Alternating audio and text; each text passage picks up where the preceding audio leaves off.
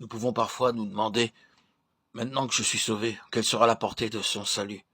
Supposons que le Seigneur nous sauve uniquement et que tout s'arrête là. Qu'en serait-il de nous? Si l'œuvre de Dieu s'arrêtait au stade initial de notre salut, et qu'elle n'aille pas plus loin, que ferions-nous? Où nous mènerait le salut de Dieu? Quel serait notre avenir? Nous pouvons spéculer sur notre situation à une plus vaste échelle. En lisant le livre de la Genèse, nous voyons bien sûr que Dieu est le Créateur et la source de toutes choses. Mais nous lisons aussi que plus tard le serpent s'est glissé dans le jardin d'Éden, que l'homme a chuté, qu'Adam et Ève ont été chassés de ce jardin. Par surcroît, le chemin conduisant à l'arbre de vie fut gardé par les chérubins qui agitaient une épée flamboyante. Et finalement, nous lisons dans le récit de la Genèse que la terre fut maudite et que la mort entra dans le monde. Maintenant que nous avons une certaine connaissance de ce qui est arrivé, nous pouvons nous demander comment tout cela va bien pouvoir finir. Nous savons que Dieu a donné un commencement à ce monde. Cependant, quelle en sera sa fin? À toutes ces questions, Dieu lui-même a la réponse. Le livre de l'Apocalypse est en fait la réponse de Dieu. Le livre de la révélation, du dévoilement.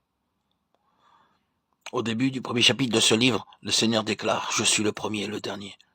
C'est la révélation de Jésus-Christ. Et au dernier chapitre de ce même livre, il déclare de nouveau « Je suis l'alpha et l'oméga, le premier et le dernier, le commencement et la fin ». Apocalypse 22, 13.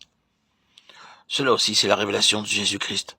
En d'autres termes, ce que Dieu a commencé, en vérité, il l'achèvera. Ce qui n'a pas été résolu antérieurement dans le jardin d'Éden, il le résoudra plus tard. Son œuvre rédemptrice est parfaite et achevée en Christ, et son dessein éternel s'accomplira aussi en nous. Tous ces problèmes que nous ne pouvons pas résoudre aujourd'hui, il les résoudra définitivement ce jour-là. Loué soit Dieu. Un jour Christ parachèvera toutes choses, car il est le dernier, comme il est aussi le premier. Ce sera alors la révélation de Christ. Dieu nous montre que celui qui est le premier et le dernier est aussi la réponse à toutes nos questions. Et le vivant, nous lisons dans l'évangile de Jean, en lui était la vie, 1,4, et aussi les paroles de Jésus. Je suis la résurrection et la vie, 11,25. Ces passages nous montrent que Christ est la source de la vie. Sa vie est la vie incréée, il est éternellement préexistant. Il est celui qui vit éternellement. Il est la vie. Et j'ai été mort. Notre Seigneur a dû mourir. D'une part, il est mort pour être le substitut des pécheurs. Il est mort, lui, juste pour des injustes. 1 Pierre 3, 18. D'autre part, par sa mort, il a mis en évidence ouvertement la puissance de sa vie.